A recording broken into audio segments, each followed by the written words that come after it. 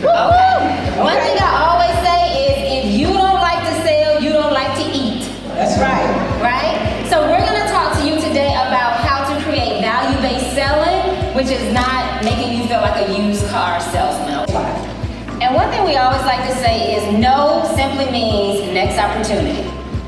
So let me hear you say no simply means next opportunity. It is one step closer for you to get to a yes. So we're going to walk you through our closed sales method. C is for classic sales psychology. L is for leverage sales cycle. O is for optimized customer journey. S is for supply chain management. And E is for engagement and customer care. And one thing that is so important is oftentimes as small businesses, we're just trying to close the deal. We're not thinking about how am I going to fulfill it, how am I going to offer value, and how am I going to give amazing customer self-care. So today we're going to talk to you about the whole close cycle. All of these slides are available in the VE app, so you can actually download the presentation. Next slide. So let's start off with the classic sales psychology. How many of you guys know that there is psychology in sales? There's psychology to the color of your branding that's going to have somebody to be ready to take action. If you're using the color red, that's really kind of going to encourage and motivate them. If you're using the color blue, it's kind of a little bit more calming. So there is complete psychology in every step of sales. So there are about 10 different sales psychology, but for the purpose of time, we're just going to go over 4. The very first one is you have to understand the prospect's buying stage. How many of you guys have wasted time working with potential clients day after day, week after week, month after month, and the sale never closed? Right? That simply means that you were not qualifying them. So in the prospect's buying stage, you have to say, is this potential client, are they a fan, a window shopper, or a primed and ready client? So a fan is simply somebody, they're going to follow you on your social media channels, they're going to see you, they're going to like you, but they are never going to buy from you. Do y'all have people like that? Yeah. Then you have somebody that's a window shopper. They like you, they develop a little bit of trust in you, they're going to sign up for a free consultation, they may do a free download if you offer it, and what they simply want is just more time to spend with you to get to know you. So those clients you want to continue to offer value to, and you want to place them in your sales funnel. And then you have the primed and ready client. That simply means that you just have to identify what their problem is, and then you need to solve it. They already know that they need your service. They already know that they're ready to work with you. You just have to say something that is going to emotionally connect with them so that they'll pull the trigger and buy.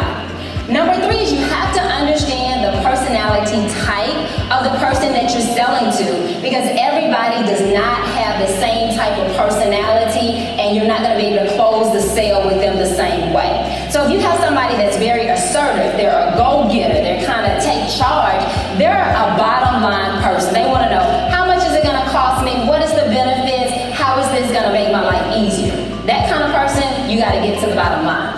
Then you have the person that's friendly, very sociable. They want to get to know you, your mama, your dog, build a relationship.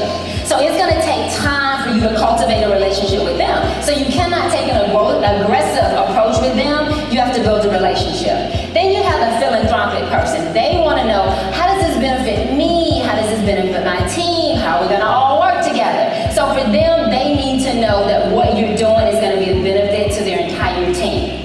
And then finally, you have the analytical person. They need to know 1 + 1 = 2, A + B = C, and so everything has to make logical order. They want to know, who have you worked with before? What are your testimonies? What are your proven case studies? What are your success stories? So when you understand the personality type of your potential client, then that lets you know how you need to sell to them. Make sense? Make sense? Yeah. Okay. And then the last one is a common bond. You want to establish a win-win relationship. You know how if you go in to buy a car and you have a car salesman and they're trying to get you to buy the car because they need to make their quota? You can feel that, right? Yes. Right. So you don't want to be that kind of person. You need to say, I am here as your strategic advisor. I am here to identify what your needs are, what problems you need to have solved, and my job is to solve that for you. It's not about the money, because if you're solving the need, if you're serving, you're going to make money. So you have to establish a win-win partnership. You also have to learn the art of negotiation, and Felicia is a negotiation queen, right? And this give and take of what is it that you need, what is it that I need, and where can we be in the middle. Because when you work with a client, you're gonna have to overcome their objectives, and you're gonna have to let them know that I care about you, and at the end of the day, I'm here to serve you.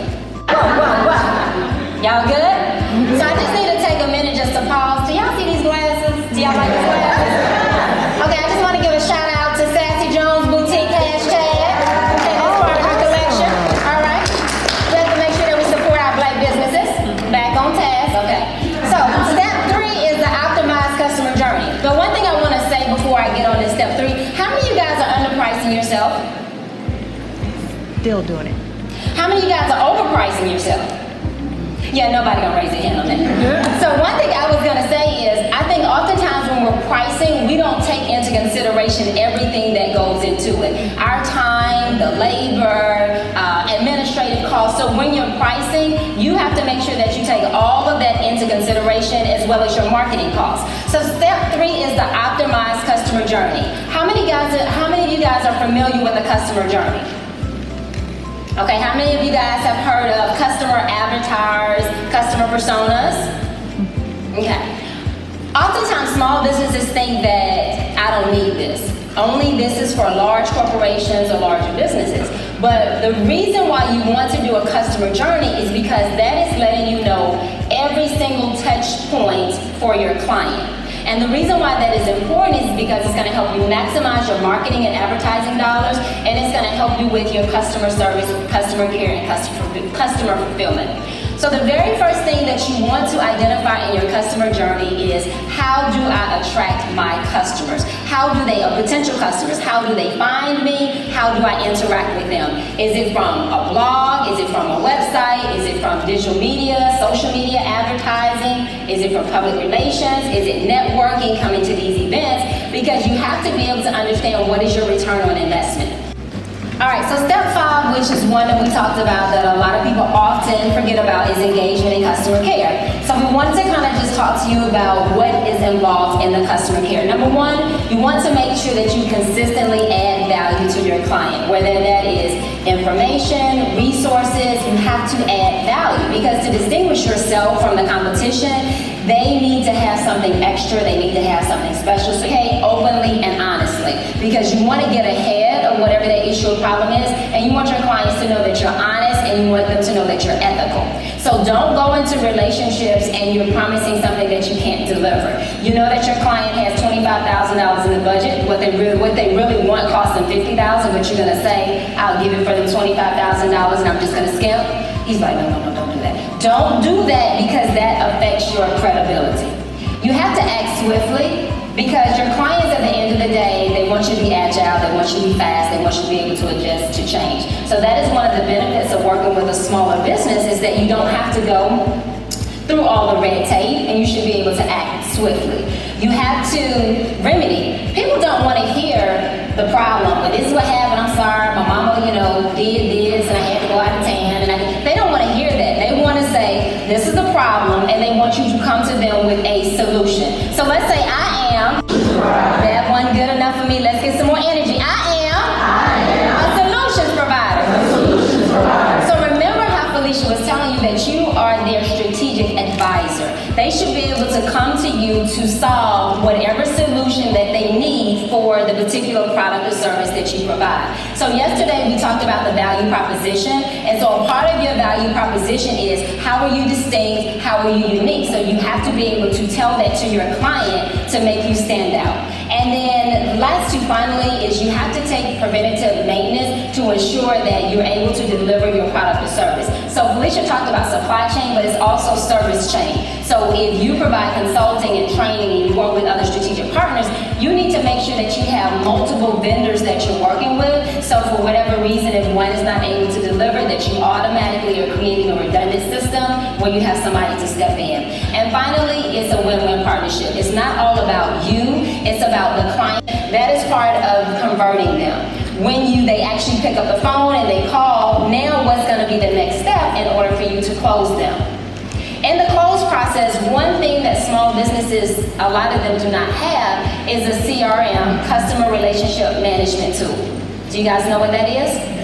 Right, so yell out some of the ones that you use. Entreport, MailChimp, Fusionsoft. Right. So HubSpot, Converted. Okay, so good. So y'all know about the CRM. You have to make sure that you're maximizing that. It should track your entire sales prospect, your entire sales cycle, from the phase that you attract them to your conversion to your close, and then even after that. So one thing that Felicia was talking about is when you close the sale, okay, now the work is just really beginning, because it's so much easier to keep and maintain a client than it is to go and get a new one. So when you have your close, now you have to delight them. That simply means I want to get testimonials from you, I want to get referrals from you, I'm going to offer you loyalty programs, I'm going to upsell you. You have to figure out how can you add value and continue adding value to them so that they will stay a client. Does that make sense? So we have to make sure that when we're developing our sales process, it's not just about getting the people in the door, but it's how we're going to continue to have them to remain loyal clients. Number one, you have to understand the classic sales psychology. Remember that in closing a deal with sales, it is all about psychology. So you have to tap into the mindset of the person that you're looking to close the deal with. Understand their personality, understand their buying style. Number two, you have to understand the leverage sales cycle. Even though somebody may want to do business with you, is it the timing? Do they have the right budget? Do they have the right people in place? So you understand this stuff all up front, which are discovery questions, so you don't go through the process if they're not going to be able to close a deal with you for 2 to 3 years, right? So it's important that you start developing these relationships early and asking the right questions from the beginning so you don't waste time. Number three, the optimized customer journey. You have to know your touch points of your potential client so that you can understand where you should invest your marketing and sales dollars. If your clients are not on social media, why are you buying ads? Right? If your clients are not at a networking event, why are you going there? Right? So if you have a $50,000 product or $100,000 service or whatever, are they going to be on Facebook? Are they going to be liking and sharing and doing all that? 9 times out of 10, they're probably going to be in the office and working. So you have to understand who is your customer, where are they, so that you'll know where to invest your dollars. Make sense? Let me hear you say woo woo if that makes sense. Okay. Then supply chain management or service chain management. Whether you have a product or a service, you have to know how it gets from point A all the way to the client and then beyond. So you don't want to just sell something and you're not able to fulfill and deliver it. So you guys have to document your processes and procedures. And I know as entrepreneurs, we're creative. Like we come up with ideas and we over here, something else happened, we over there. How many of y'all like that? Just creative, right? Have this product idea, you just all over the place. You have to really be focused and figure out what product or service am I going to provide, and then you're going to have to document and map out that entire process, give time and invest into that, sell that, and then when it's successful, then now you can go and add. So in our experience, when you focus in on 3, 4, 5 different things at one time, you're not giving the necessary energy for one area to grow. Make sense? Yeah. And then lastly, you have to engage your customers, and you have to provide them with ongoing customer care. So we're going to open it up to Q&A, and the quote that we want to leave you with is, if you are not taking care of your customer, your competitor will. All right, let's say that one more time. If you are not taking your customer, who's going to take care of them? Right. So the attention to detail matters. Don't be so eager to get the sale that you're not paying attention to the details. So let me hear you say, details matter. Details matter.